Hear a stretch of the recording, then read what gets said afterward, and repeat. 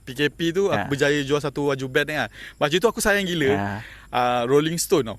Rolling Stone yang lidah tu lah. Aku tengok masa tu single stitch vintage lah. Lepas tu aku try buka harga. Tapi berapa lama kau dengan bandel? Masa PKP tu kejap.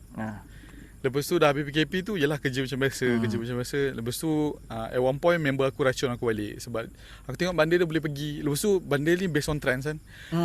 Trend dan trend ni sangat-sangat laju betul, kalau betul, ikut kan. Kejap-kejap fashion ni.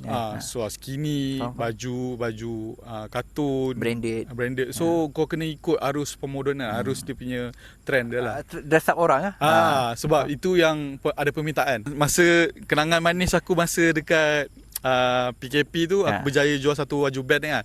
Baju tu aku sayang gila. Rolling Stone tau. Rolling Stone yang lidah tu lah. Aku tengok masa tu single stitch vintage lah. 80-an kot. Single stitch. Lepas tu aku tengok tag bawah dia. Lepas tu aku try buka harga 300. RM3 untuk satu tu lah. Bagi aku bertinggi lah. Mungkin bagi orang sebab dia vintage kan. So ada orang offer 200 kan. Jalan bro. So macam tapi baju tu memang koleksi personal aku daripada kawan ayah aku, tapi dia dah pun dah tak ada. Tapi aku pun tak ada berniat untuk simpan lama sebab reason kau jual kenapa? duit je bro. Itu je lah.